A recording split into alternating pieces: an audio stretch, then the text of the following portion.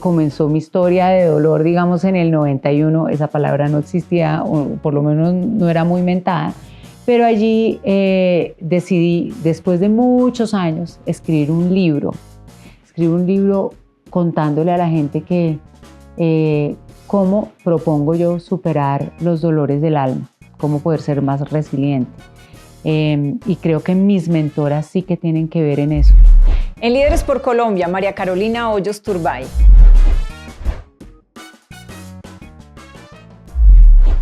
María Carolina, tú tienes un reconocimiento en lo público, en lo privado, en el tema de la fundación. Cuéntame a qué te dedicas. Yo trabajo en tecnología, que es mi pasión, y durante 20 años he estado en esto. En la Fundación Solidaridad por Colombia, tratando de seguir los pasos de mi abuela, porque nunca podré llenarle sus zapatos a Nidia Quintero de Balcázar, mi mentora y mi abuela. Y también estoy muy presente con mis hijos y soy mamá, cosa que me fascina. Cuéntanos un poco de tus inicios de carrera, cómo arrancaste esa vida profesional y esa conexión con la tecnología. Mi vida profesional arranca en un momento muy complicado porque uno a los 18 años o 17, cuando está en el colegio, a finales del bachillerato, pues se siente el dueño del mundo y se siente, es una época, yo creo que para la gran mayoría de las personas, el final de la adolescencia, pues espectacular, ¿no?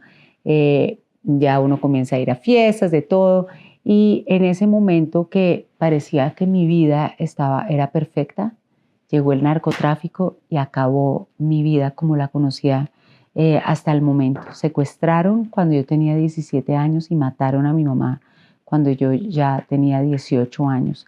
Y probablemente si antes habían niñas o compañeros del colegio que se querían parecer a mí, ya en ese momento nadie quería parecerse a mí, porque realmente encontré desafortunadamente los rigores de la guerra en mi propia vida. Probablemente en ese momento tomo la decisión de ser periodista. Yo quería ser periodista, pero ya cuando mi mamá la enterré y me gradué del colegio, entendí que quería ser periodista para seguir el camino de mi madre, para poder contar la historia que no había podido contar ella por culpa de Pablo Escobar. Y pues entonces no tuve un comienzo normal. A los 18 años entré a 2 juntas directivas a ocupar una en la Fundación Solidaridad por Colombia, que años después soy presidente, y otra en los medios de comunicación donde mi mamá era accionista. Hice mi carrera, mi universidad, con muchos altibajos personales. Tuve que tener un proceso enorme. Al principio comencé sintiéndome muy triste, muy mal, y después encontré que las cosas podían ser mejores.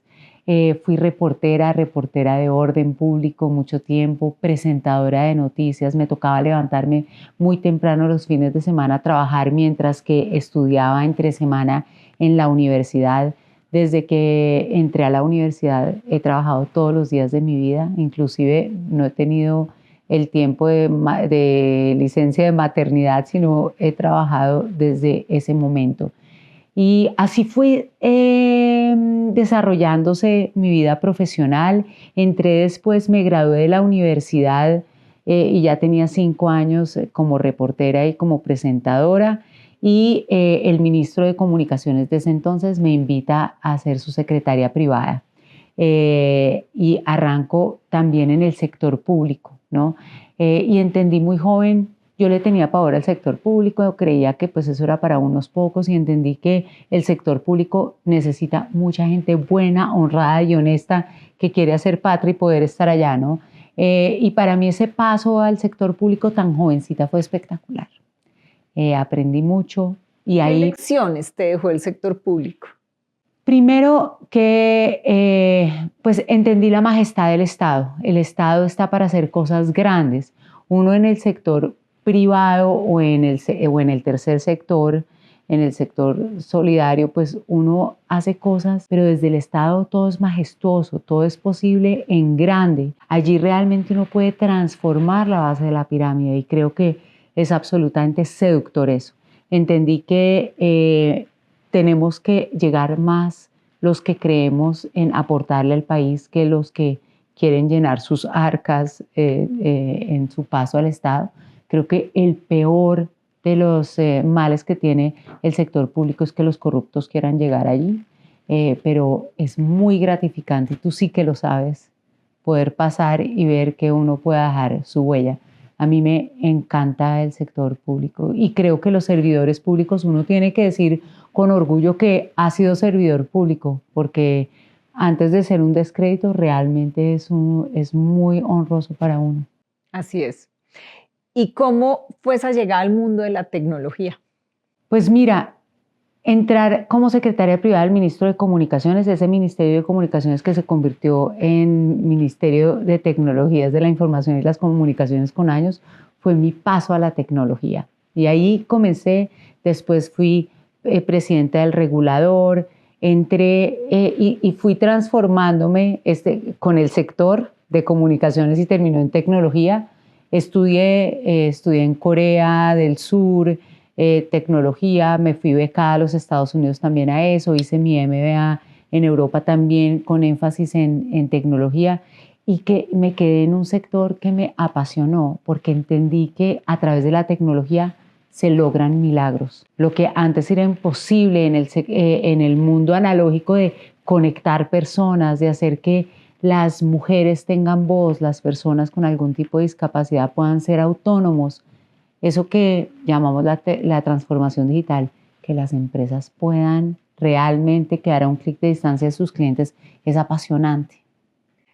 ¿Qué papel han jugado los mentores en tu vida? Creo que ha sido de las cosas más importantes. He tenido sobre todo mentoras mujeres. He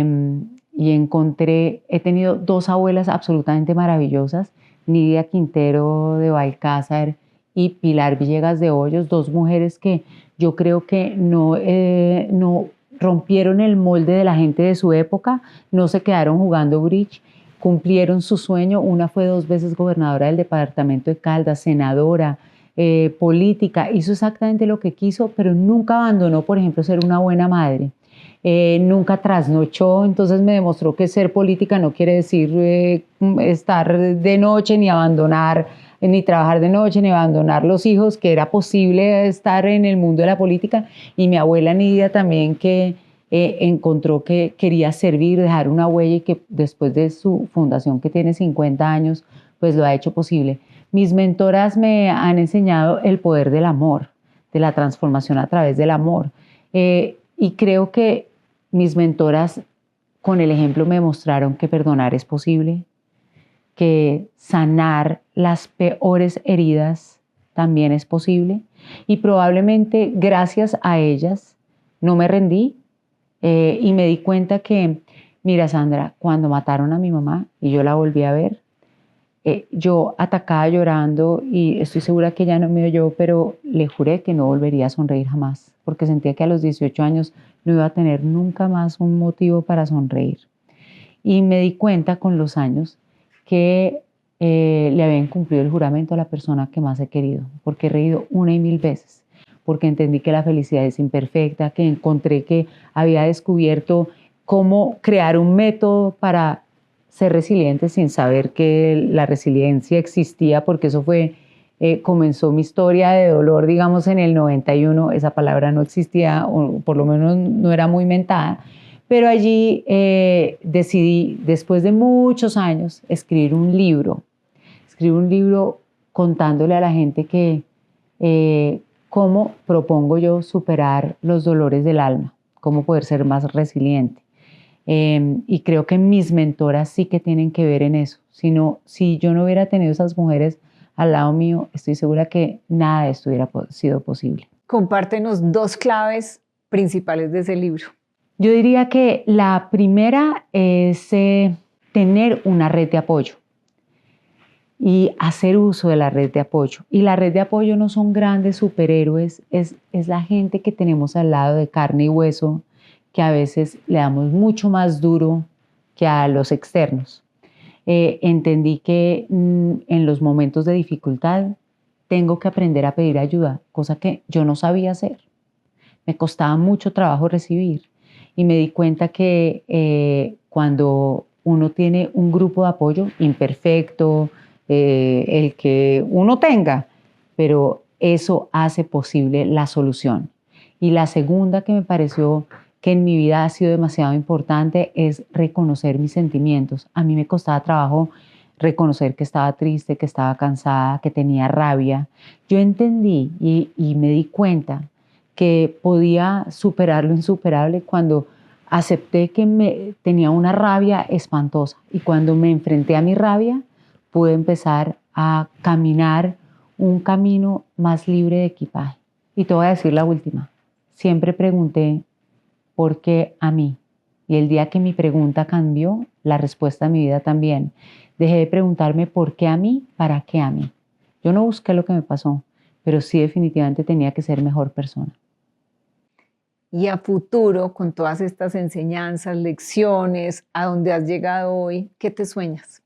Me sueño poder seguir ayudando, me sueño poder seguir trabajando en mí, me sueño poder tener una familia grande con nietos, pero siempre cuidando mi propósito de vida. Me di cuenta que mi propósito es servir y quiero además tener una familia que también comparta ese propósito de vida conmigo.